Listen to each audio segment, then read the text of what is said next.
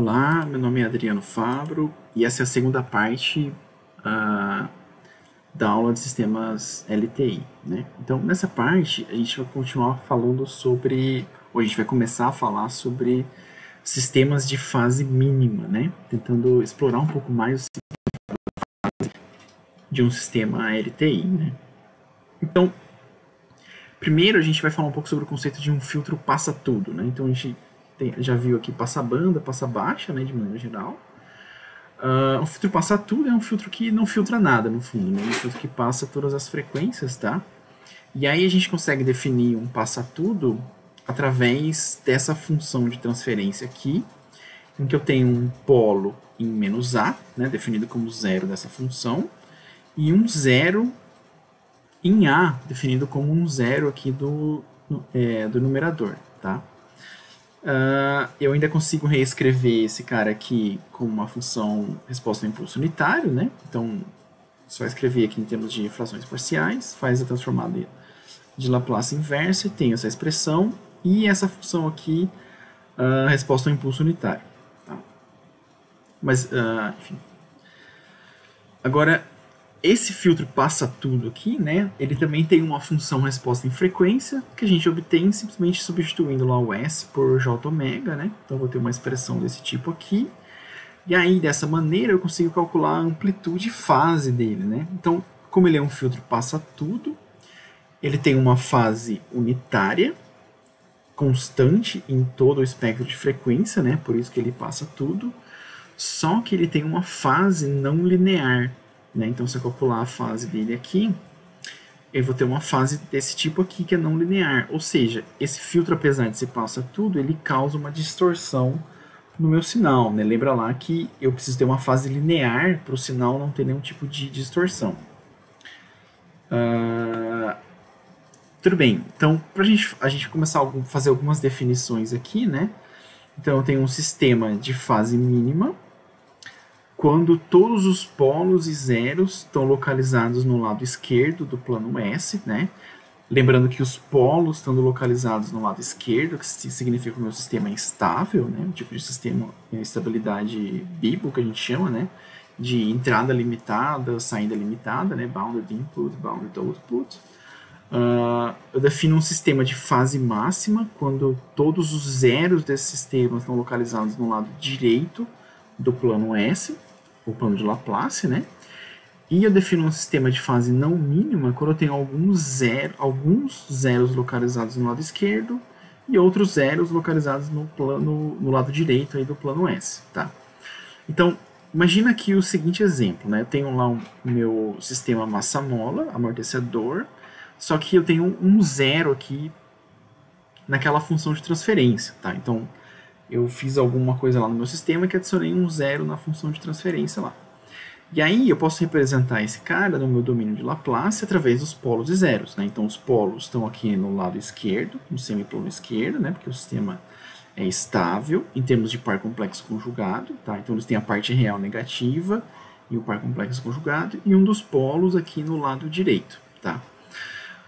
Nota que eu consigo decompor esse sistema aqui em termos de uma função de transferência H-min, que vai ser a minha função com fase mínima, e uma função de transferência do tipo HP aqui, que vai ser o meu passa-tudo.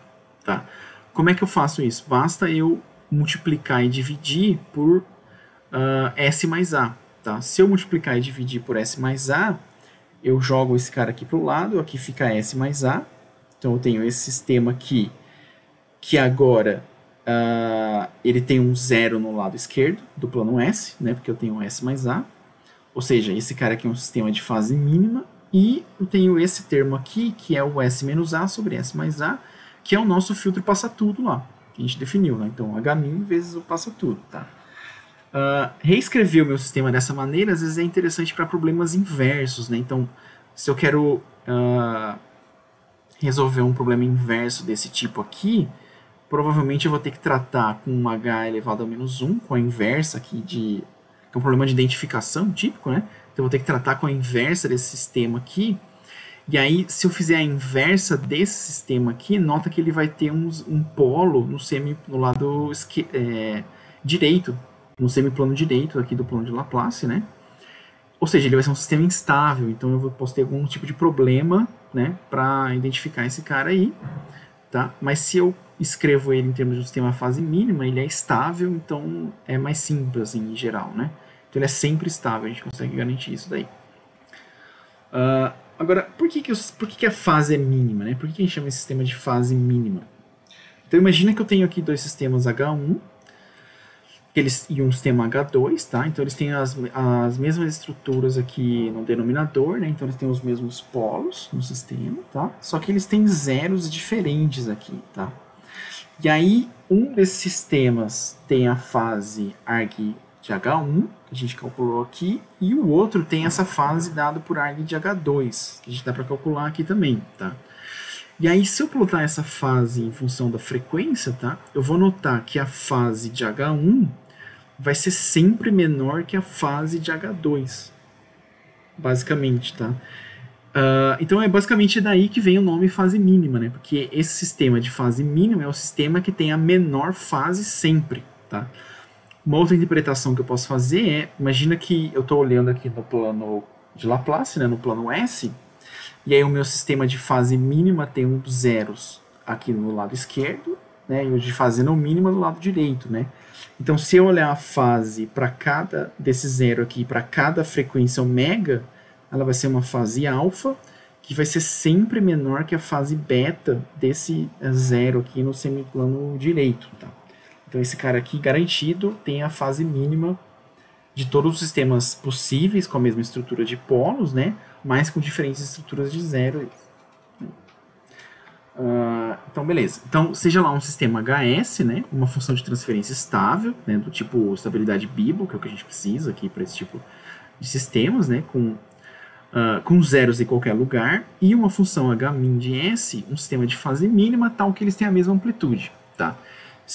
Que é o caso que a gente estava vendo ali, né? Então eu tenho, por exemplo, o mesmo massa-mola amortecedor, mas eu mudei alguma coisa ali na entrada e na saída de forma que eu alterei a estrutura de zeros, tá? Então eles vão ter a mesma amplitude aqui, tá? Então, nesse caso, o atraso de grupo de HS, que é o sistema de fase não mínima, né? É maior do que ou é sempre maior que o atraso de grupo do sistema de fase mínima. Tá? Então dá para mostrar isso daqui. Outra coisa que dá para mostrar é que se eu tenho uma entrada x de t aplicada em HS, que resulta em y de t, né, como saída, e se eu aplicar essa mesma entrada x de t no meu sistema de fase mínima, vai retornar uma saída Hmin, né? Então dá para mostrar também que tem essa seguinte relação aqui de energia válida, né? Que a energia no sinal de saída, né, na resposta do meu sistema de fase não mínima, é sempre maior do que a energia do sinal de fase mínima, nessa relação aqui para um tempo de menos infinito a t, né, no caso geral, mas no caso causal aí de 0 a t, né? Se eu escolher de maneira adequada o meu tempo inicial aí de excitação, tá?